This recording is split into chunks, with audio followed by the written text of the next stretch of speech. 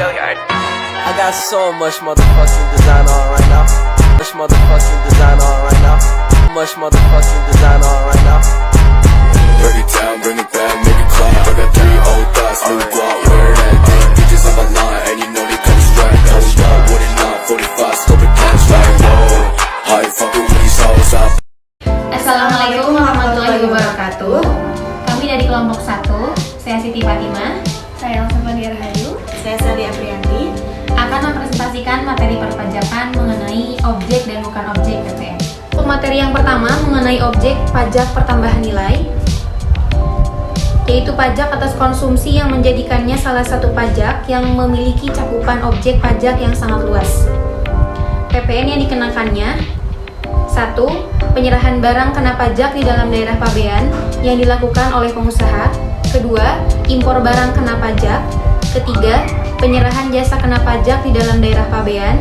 4. Pemanfaatan barang kena pajak tidak berwujud dari luar daerah pabean di dalam daerah pabean. Selanjutnya, pemanfaatan jasa kena pajak dari luar daerah pabean di dalam daerah pabean. Ekspor barang kena pajak berwujud oleh pengusaha kena pajak. Ekspor barang kena pajak tidak berwujud oleh pengusaha kena pajak, dan ekspor jasa kena pajak oleh pengusaha kena pajak. Dari berikutnya mengenai barang kena pajak atau BKP dan bukan barang kena pajak. Barang kena pajak atau BKP adalah barang yang dikenakan pajak atas dasar Undang-Undang PPN 1984 dan perubahannya yang terakhir Undang-Undang Nomor 7 Tahun 2021 tentang Undang-Undang Harmonisasi Perpajakan. Terdapat 2 jenis BKP, yaitu BKP berwujud dan BKP tidak berwujud. Barang kena pajak berwujud dibedakan menjadi 2, yaitu BKP berwujud yang bergerak dan BKP berwujud yang tidak bergerak. Kelompok barang yang tidak dikenakan PPN sesuai Undang-Undang Nomor 7 Tahun 2021 sebagai berikut. 1. Makanan dan minuman yang disajikan di hotel, restoran, rumah makan, warung dan sejenisnya. 2. Uang, emas batangan untuk kepentingan cadangan devisa negara dan surat berharga.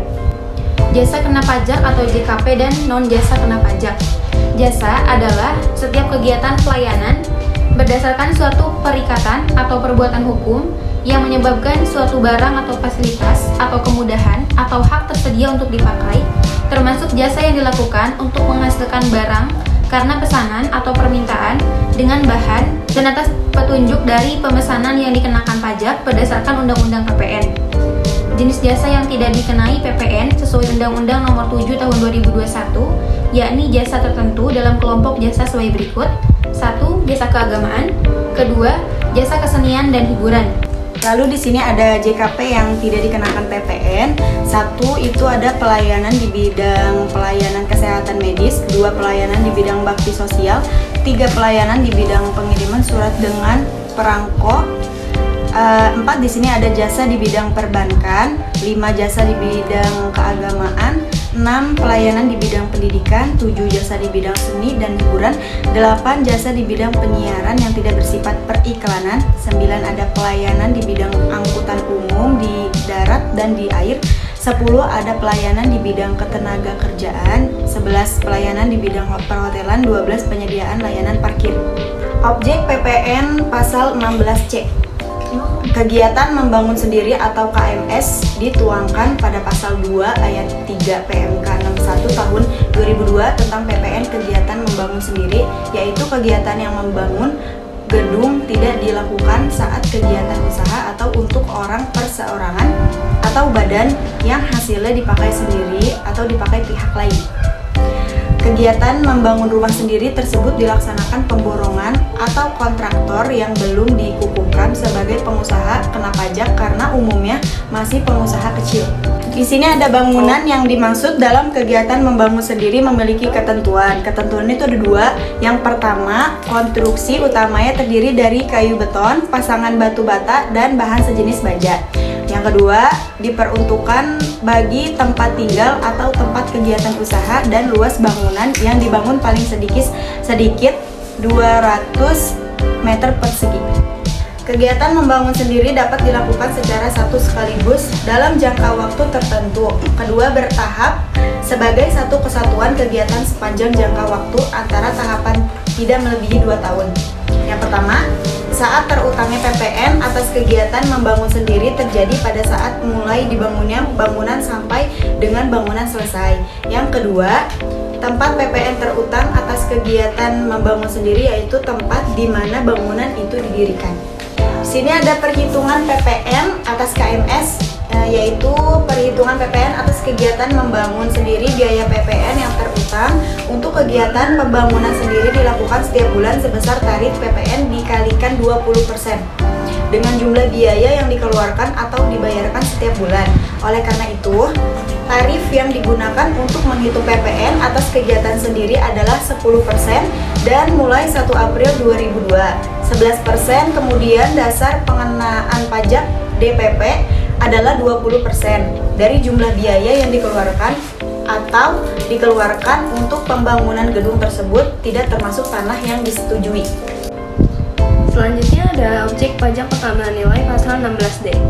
Undang-Undang PPN diatur dalam Undang-Undang Pajak Pertambahan Nilai Nomor 42 Tahun 2009 tentang pajak pertambahan nilai barang dan jasa dan pajak penjualan atas barang mewah. Pasal 16D mengatur pemungutan pajak atas kekayaan perusahaan yang semula tidak dijual.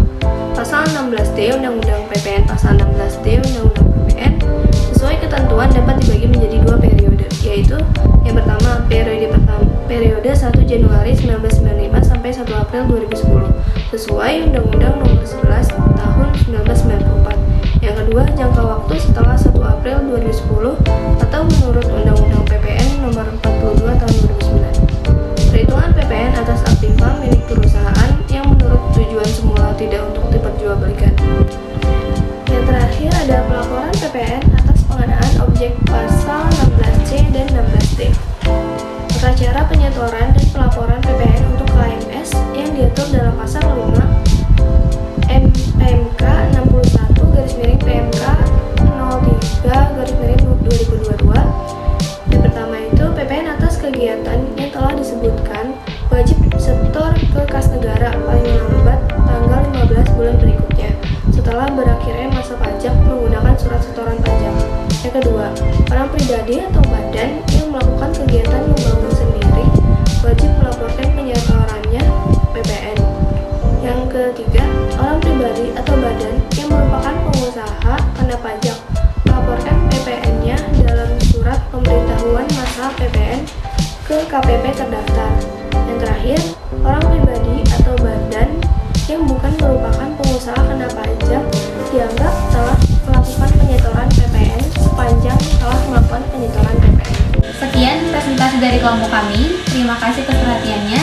Mohon maaf apabila ada kesalahan. Wassalamualaikum warahmatullahi wabarakatuh.